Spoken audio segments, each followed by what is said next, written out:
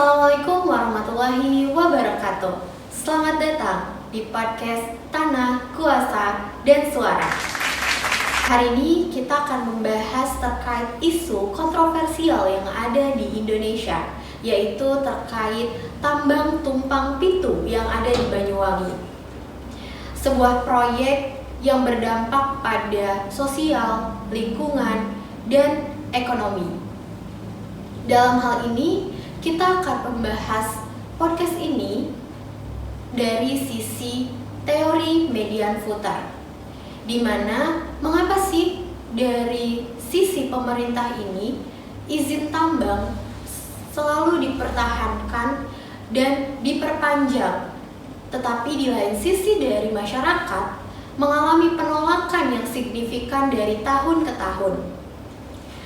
Bersama dengan saya, Nana Ovanasilia, dan tentunya bersama dengan ketiga narasumber kali ini, yaitu dari pihak masyarakat, yaitu ada Ibu Emil, dan di depan saya ada Ibu Dita selaku pihak dari pemerintah daerah, dan di sini ada Ibu Sarita dari pihak akademisi yang akan melihat bagaimana kebijakan publik itu. Tahun 2020 kita ada dialog dengan Ibu Gubernur, Bu Hovifah. Nah, tapi dialog ini itu jadinya malah dialog tertutup gitu, Mbak.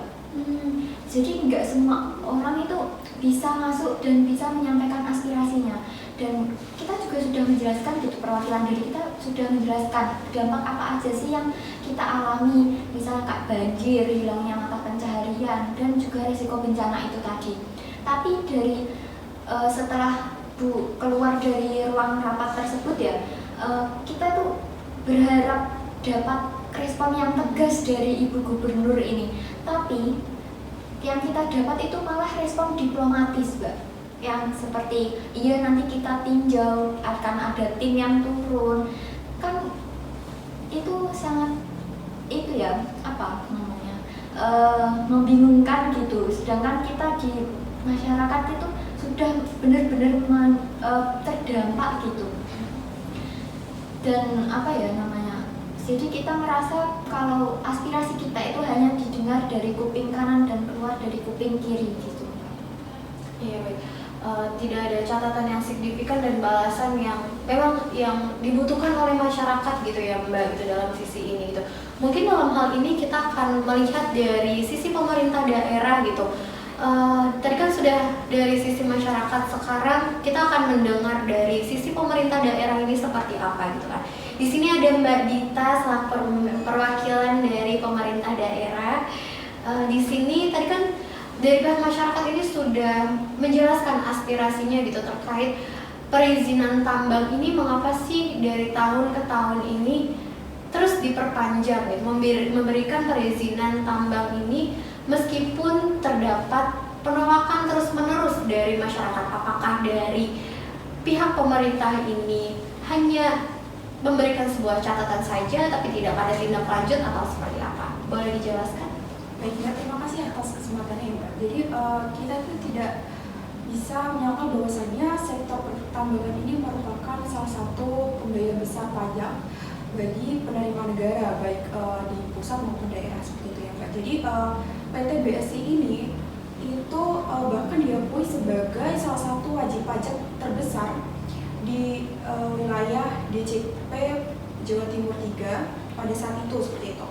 Jadi pada tahun 2019 PT BSI ini bahkan membayar pajak itu mencapai sekitar 674 miliar yang bagaimana itu tuh setara sampai 49% dari pendapatan pajak di Banyuwangi pada saat itu seperti itu. Nah, jadi total pajak yang disetor itu sekitar 1,2 triliun, yang selain itu royalti yang dibayarkan yaitu sebesar 223,5 miliar. Jadi pendapatan yang besar yang disumbangkan oleh PT BSI ini itu sangat menopang dari APBN. Nah, sekarang kita akan melihat dari sisi masyarakat terkait adanya perizinan dan perpanjangan izin dari tambang tumpang pitu yang ada di Banyuwangi.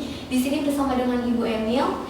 Halo Ibu Emil. Halo Mbak Nana. Iya, jadi di sini terkait kasus tambang pitu yang ada di Banyuwangi tentunya meresahkan masyarakat ya, dari sisi sosial, dari sisi lingkungan maupun sisi ekonomi. Nah, di sini gitu, apa sih dampak terbesar dari adanya aktivitas tambang gitu, tambang tumpak pitu ini terhadap mata pencaharian dan lingkungan yang ada di sekitarnya?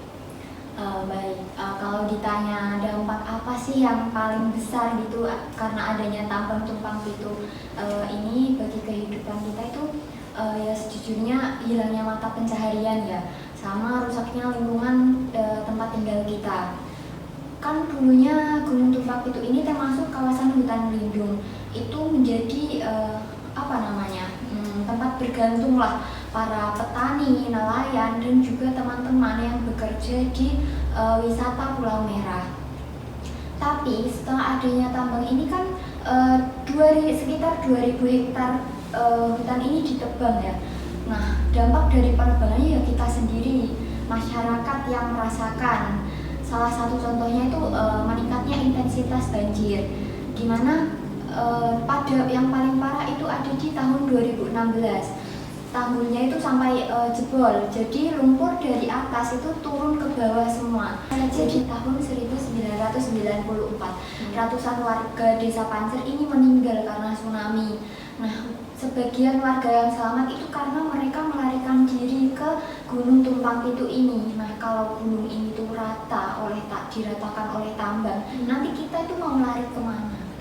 Dan sebenarnya kita masyarakat ini bukan menolak adanya pembangunan. Kita juga tahu bahwa Banyuwangi ini juga butuh investasi gitu.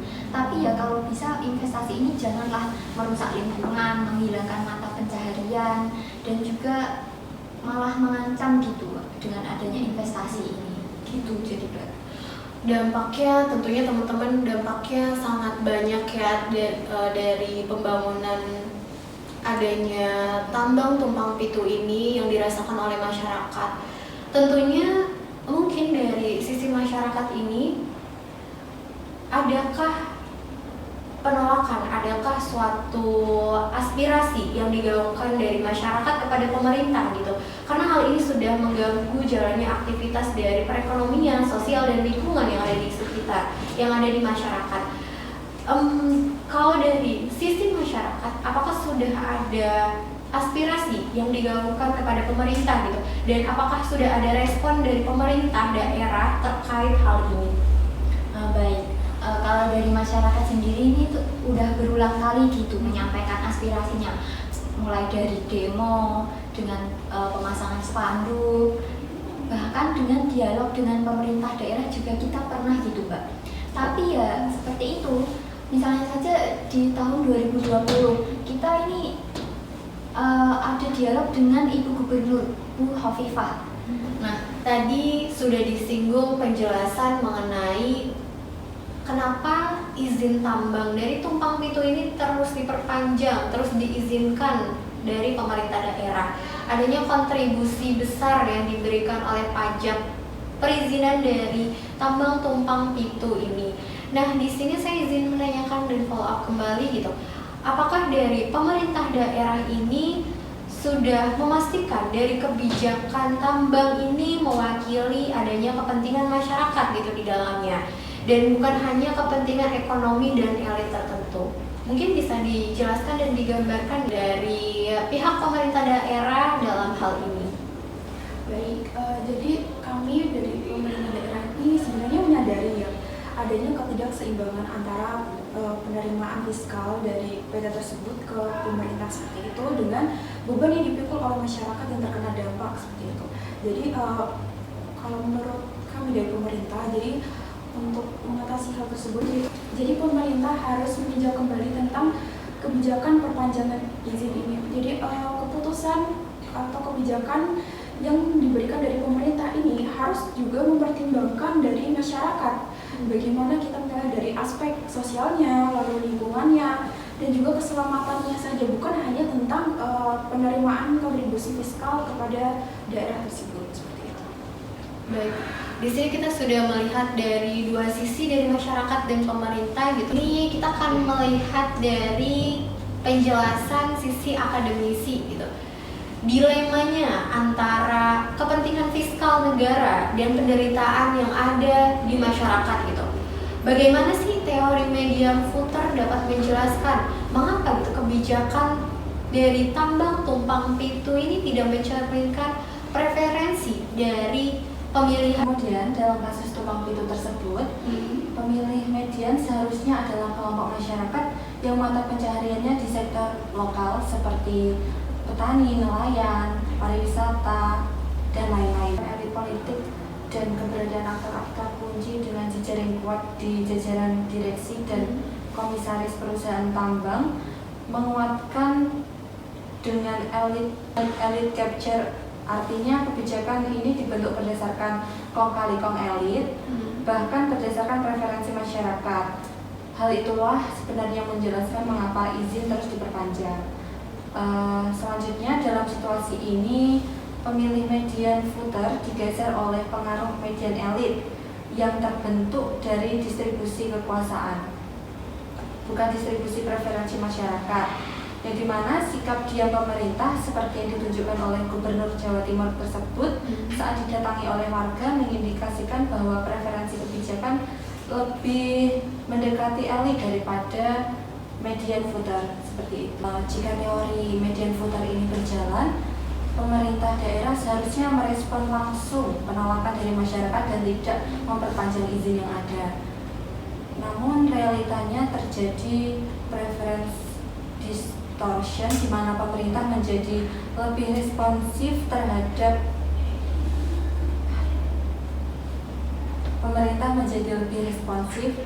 terhadap insentif fiskal dari tambang, yaitu pendapatan pajak dan royalti yang besar, di mana hal ini mengalihkan preferensi kebijakan politik dari kebutuhan mayoritas warga median footer menuju sumber pendapatan yang relatif stabil. Kasus tambang tumpang pitu yang ada di Banyuwangi, saya ucapkan terima kasih kepada ketiga narasumber dari pihak masyarakat, pihak pemerintah daerah, dan pihak akademisi yang telah meluangkan waktunya untuk berdiskusi di sini. Dan di sini telah memberikan perspektif dan gambaran gitu dari podcast ini bertujuan untuk merefleksikan dari implementasi kasus tambang tumpang pitu yang ada di Banyuwangi bukan hanya berkontribusi pada ekonomi, sosial, maupun politiknya. Saya, Nana Alvanasilia, selaku host dan ketiga narasumber yang sudah hadir menemani teman-teman sekalian dalam sesi podcast kali ini, pamit undur diri. Wassalamualaikum warahmatullahi wabarakatuh. Sampai jumpa. Number that you'll ever do. Two can be as bad as one. It's the loneliest number since the